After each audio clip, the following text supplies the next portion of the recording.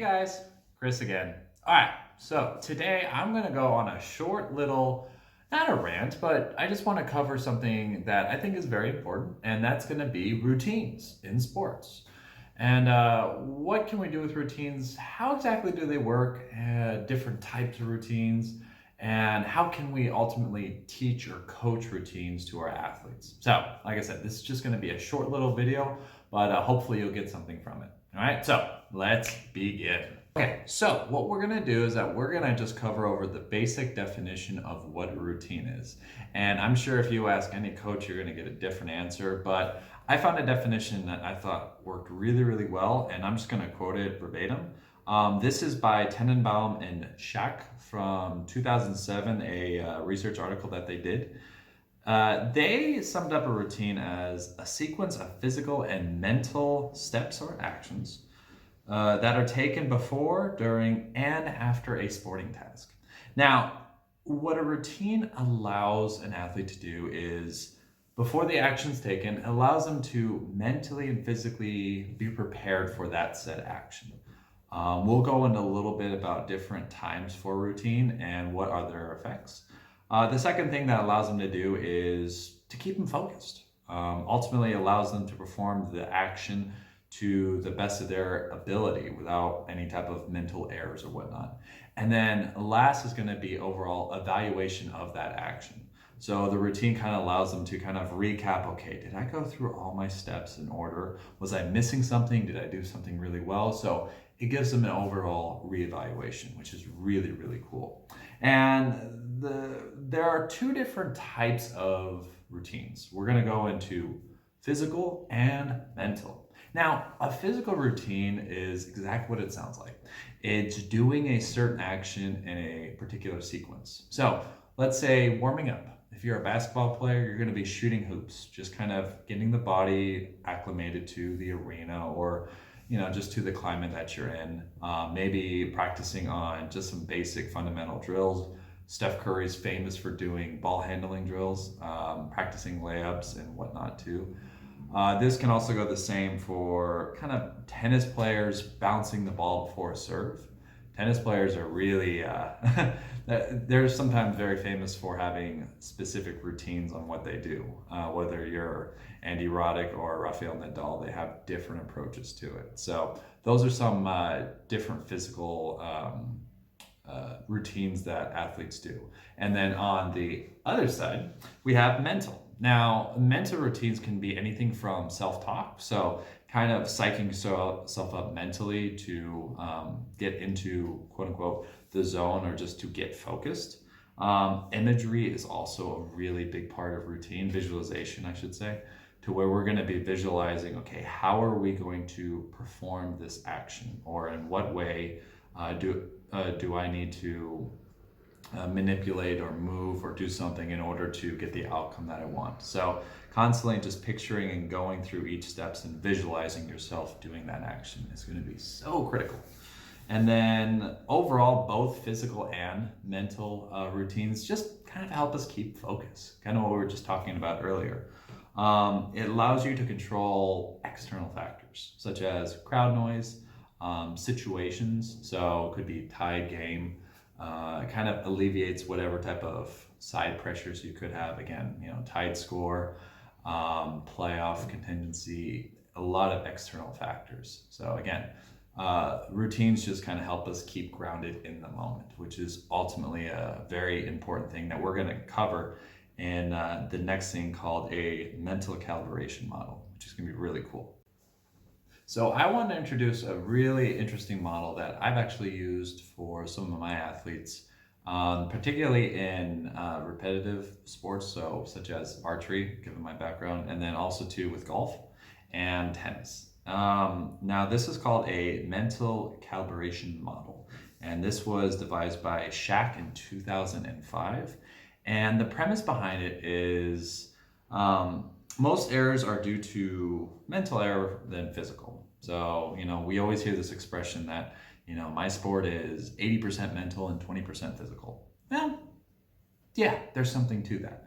And now it's really important to understand the fact that most motor action, or whenever you're moving your body, is initiated by a cognition or a thought.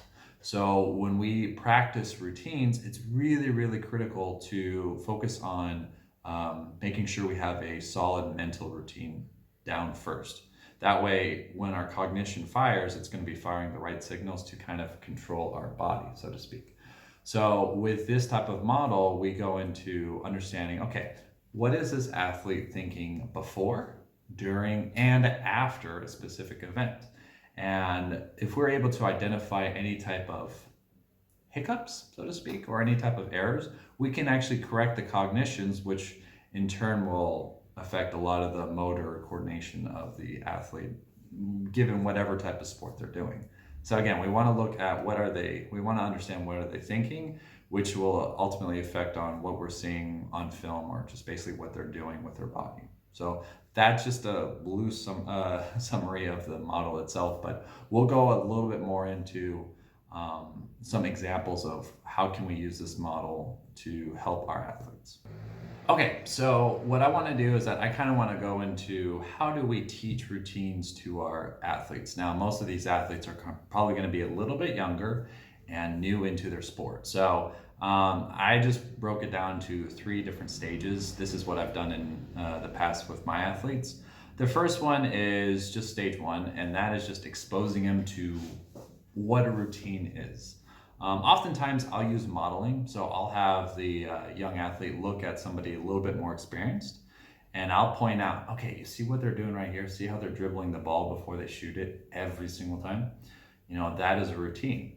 And then what you basically do is that you just tell them, okay, we want to do certain things, certain steps before we make the shots. And with that, that's going to allow us to make the shot more consistently. You want to explain the importance of a routine.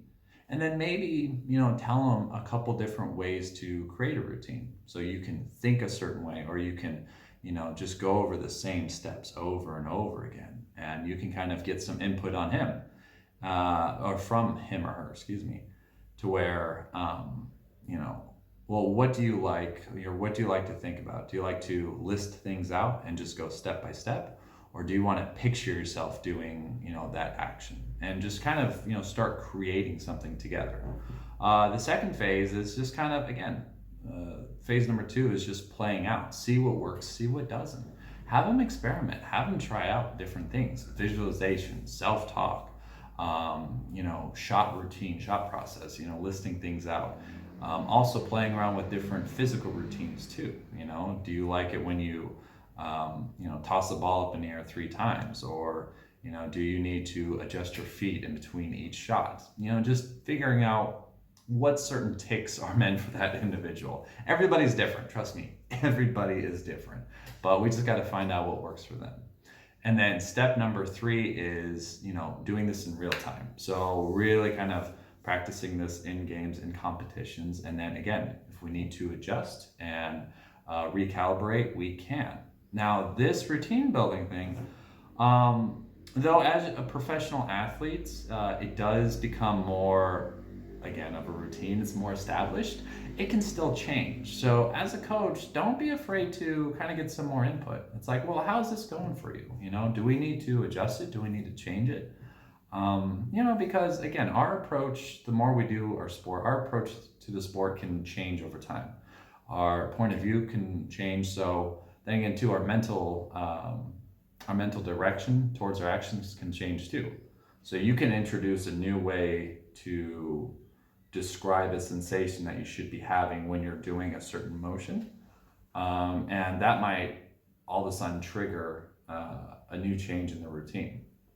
So just really understand that routines are very malleable, and it's always important to kind of consistently just understand what are the athletes liking and disliking. So yeah, those are just 3 different phases. And like I said too, it really depends on the athlete and the sport, but it's just really important to expose and then just give them some directions with various routine techniques. So self-talk being one of them, physical routines, going through step-by-step processes. So, have them build a habit of, adjusting your feet before each shot or bouncing the ball a certain number of times. Visualization, so constantly going over your process, your movement, your shot process, your running process, thinking about each specific point of your technique that you need to accomplish. Have them practice different things. You could even, say these things out loud as well. I had one student, they like to count the number of ceiling tiles before or after each shot, and they always counted up to, I think, 15. And so everybody is a little bit different, but counting is a good way too. The ultimate thing for the routine is to keep them grounded in the moment, not get carried away with, again, the crowd, the situation, any negative thoughts. We want them to be process oriented versus outcome oriented. So we want them to be focused on what they're doing here and now, and that's going to really allow them to succeed in the future. So yeah, I will talk a little bit about a specific example with myself and how I use a certain routine for my archery competition, and you'll see that in just a second. Okay, to just give some context to this video clip, this is a video of me shooting in a local state tournament.